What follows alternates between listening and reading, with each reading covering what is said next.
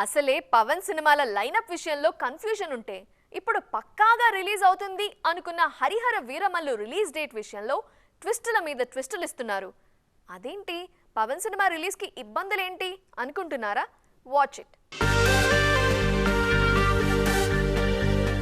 Promotion speed పెంచిన Harihara Veeramallu team మరో update ఇచ్చింది. తాజాగా సినిమాలో బాబీ డియోల్ లుక్ ను రివీల్ చేస్తూ ఓ పోస్టర్ రిలీజ్ చేసింది.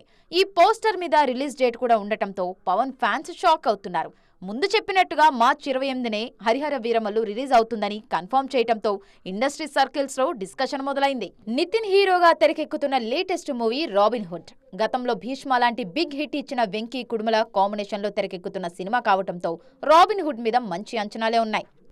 పవన్ కుమార్ ఈయన ముర్రా గేదెల పెంపకం చేస్తూ నెలకి 1,00,000 సంపాదిస్తున్నారు.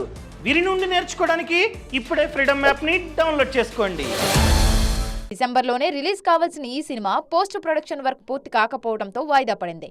మార్చి 28న రాబిన్ హుడ్ సినిమా రిలీజ్ అవుతుందంటూ కొత్త డేట్ అనౌన్స్ చేశారు మేకర్స్. యంగ్ హీరోలు నటిస్తున్న సీక్వెల్ మూవీ మ్యాడ్ స్క్వేర్ కూడా అదే టైంకు రిలీజ్ కానుంది. మార్చి 29న ఈ సినిమా రిలీజ్ అవుతుందంటూ అఫీషియల్ గా అనౌన్స్ చేశారు మేకర్స్.